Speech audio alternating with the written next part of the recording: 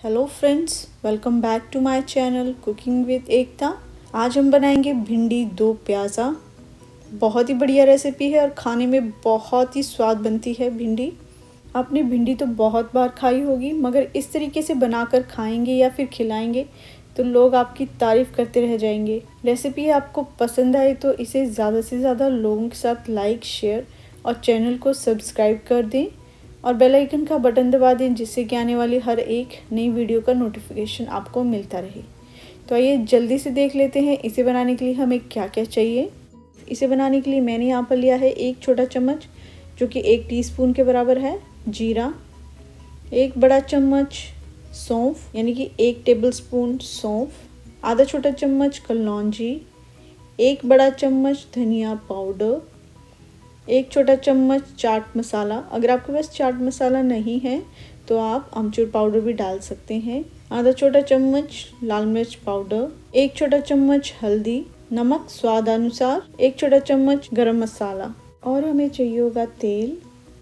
भिंडी दो प्याज़ा बनाने के लिए मैंने यहाँ पर ली है 500 ग्राम यानी कि आधा किलो के करीब भिंडी।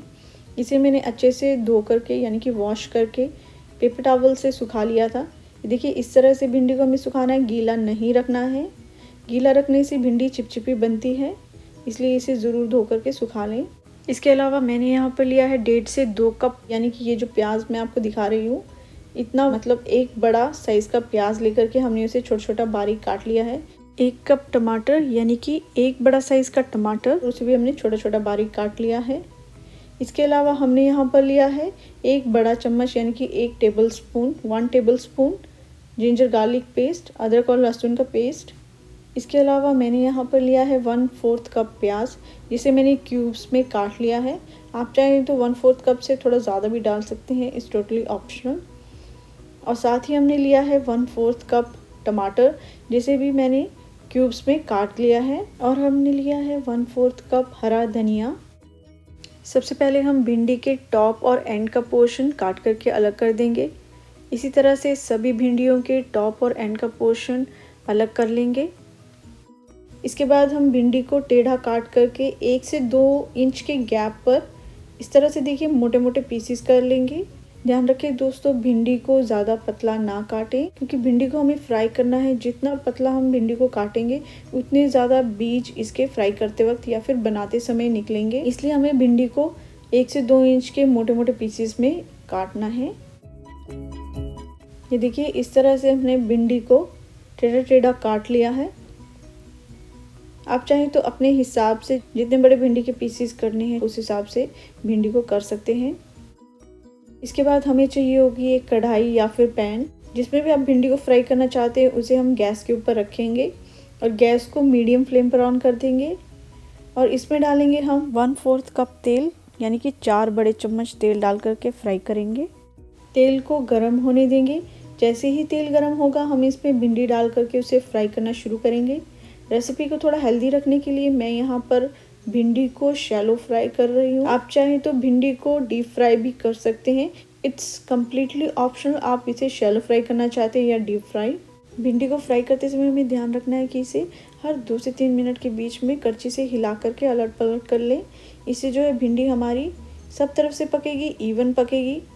अगर हम ऐसा नहीं करेंगे, करछी से नहीं हिलाएंगे, तो ये एक तरफ से ही पकेगी या फिर एक तरफ से जल सकती है और अनइवन बनेगी।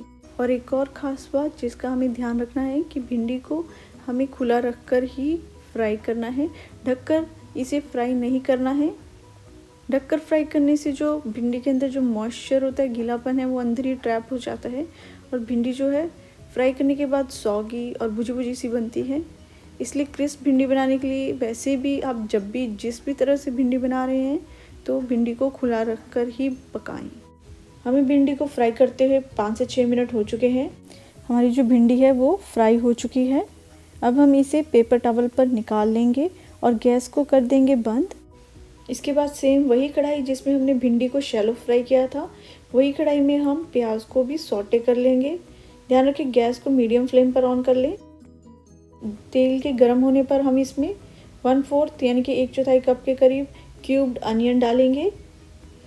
इसे डाल करके हम इसे 10 से 15 सेकंड के लिए सौटे कर लेंगे। प्याज को सौटे करते हुए हमें 10 से 15 सेकंड हो गए हैं। जैसे कि आप देख सकते हैं इसका कलर चेंज हो चुका है। बस हमें इतना ही इसे सौटे करना है। अब हम इसे प्लेट में निकाल लेंगे। इसके बाद बचे हुए तेल में ही हम भिंडी दो प्याज़ा का तड़का तैयार करेंगे। इसके लिए हम उसमें 1 छोटा चम्मच यानी कि 1 टीस्पून जीरा डाल देंगे। जीरा डाल करके हम उसे 10 से 15 सेकंड के लिए भून लेंगे। ये देखिए हमारा जीरा चटकने लगा है, भून चुका है। अब हम इसमें आधा छोटा चम्मच कलौंजी डाल देंगे। कलौंजी को भी हम 10 सेकंड के लिए भून लेंगे। अगर आपके पास कलौंजी नहीं है तो इसे स्किप कर लें। इसके बाद हम इसमें डालेंगे बारीक कटा हुआ प्याज। प्याज को डाल करके हम इसे मीडियम फ्लेम पर 3 से 4 मिनट के लिए भून लेंगे। ध्यान रखें हमें प्याज को पूरा नहीं पकाना है। जैसे हम आमतौर पर सब्जियों में प्याज को पकाते हैं वैसा ना पकाएं, वैसा ब्राउन नहीं करना है। इसे ट्रांसलूसेंट होने तक पकाना है, यानी कि जब तक कि प्याज का जो कच्चा फ्लेवर है, रॉ फ्लेवर है, वो चला नहीं जाता। देखिए प्याज को हमें बस इतना ही पकाना है। इसे मैंने सिर्फ हल्का सौटे किया है। प्याज के सौटे होने के बाद हम इसमें डालेंगे 1 बड़ा चम्मच यानी कि 1 टेबलस्पून अदरक और लहसुन का पेस्ट डाल देंगे और इसे अच्छे से मिक्स करने के बाद हम 15 से 20 सेकंड के लिए सौटे कर लेंगे। इसके बाद हम इसमें डालेंगे 1 कप बारीक कटा हुआ टमाटर। टमाटर डाल करके इसे अच्छे से मिक्स कर लेंगे। टमाटर डालने के बाद हम इसमें डालेंगे नमक। नमक डालने से टमाटर जल्दी ही गल जाते हैं, यानी कि जल्दी ही सॉफ्ट हो जाते हैं। नमक और टमाटर डाल करके हम इसे 2 से 3 मिनट के लिए पका लेंगे। अगर आपको जल्दी है तो आप इसे ढक करके पका लें। जैसे कि आप देख सकते हैं टमाटर अच्छे से मैश हो चुके हैं और जो तेल है वो भी कढ़ाई के किनारे पर आपको दिख रहा होगा। अब हम इसमें डालेंगे मसाले। मसालों में सबसे पहले हम डालेंगे 1 छोटा चम्मच हल्दी और साथ ही डालेंगे आधा छोटा चम्मच लाल मिर्च पाउडर। अगर आप तीखा खाना पसंद करते हैं तो मिर्च की मात्रा बढ़ा करके डाल सकते हैं और लाल मिर्च की जगह हरी मिर्च का भी इस्तेमाल कर सकते हैं। इसके बाद हम इसमें डालेंगे 1 छोटा चम्मच चाट मसाला। उसके बाद डालेंगे 1 बड़ा चम्मच यानी कि 1 टेबलस्पून धनिया पाउडर। धनिया पाउडर के बाद डालेंगे 1 छोटा चम्मच गरम मसाला। सभी चीज़ों को डाल करके अच्छे से मिक्स कर लेंगे। मिक्स करने के बाद हमें इसे 1 से 2 मिनट तक पकाना है, जब तक कि मसाले और जो तड़का है वो तेल छोड़ना शुरू नहीं कर देता। 1 से 2 मिनट हो चुके हैं। जैसा कि आप देख सकते हैं मसाले में जो हमारा जो तड़का हमने तैयार किया है उसने तेल छोड़ना शुरू कर दिया है। भिंडी दो प्याज़ा के लिए तड़का जैसा हमें चाहिए वो तैयार हो चुका है। इसके बाद हम इसमें डालेंगे क्यूब्ड अनियन, जिन्हें हमने शुरू में भिंडी के साथ फ्राई कर लिया था, यानी कि सौटे कर लिया था 10 से 15 सेकंड के लिए। उसे डाल करके हम अच्छे से मिक्स कर लेंगे। इसके बाद हम इसमें डालेंगे फ्राई की हुई भिंडी। प्याज और भिंडी को अच्छे से मिक्स कर लेंगे। भिंडी डालने के बाद हम इसमें डालेंगे टमाटर। टमाटर को हमने यहाँ पर प्याज की तरह क्यूब्स में काट लिया था। टमाटर डालने के बाद हम इसमें डालेंगे 1 बड़ा चम्मच सौंफ और साथ ही डाल देंगे कटा हुआ हरा धनिया। इन सभी चीज़ों को डाल करके हम अच्छे से मिक्स कर लेंगे और सभी चीज़ों को मिक्स करने के बाद हम इसे 2 से 3 मिनट के लिए पका लेंगे। ध्यान रखें हमने सभी चीज़ों को फ्राई किया हुआ, पहले से सभी चीज़ें पकी हुई हैं, इसलिए हमें इन्हें ज़्यादा नहीं पकाना है, सिर्फ 2 से 3 मिनट के लिए फ्राई करना है।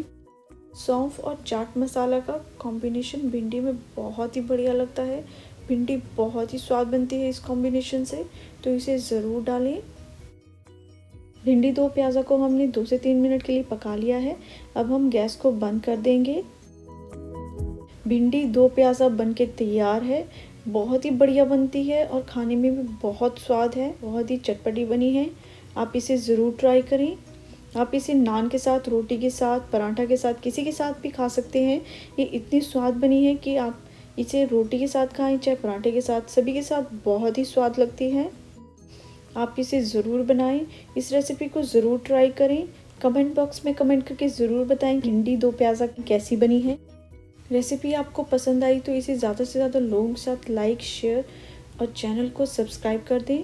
सब्सक्राइब करना बिल्कुल फ्री है और बेल आइकन का बटन दबा दें जिससे कि आने वाली हर एक नई वीडियो का नोटिफिकेशन आपको मिलता रहे।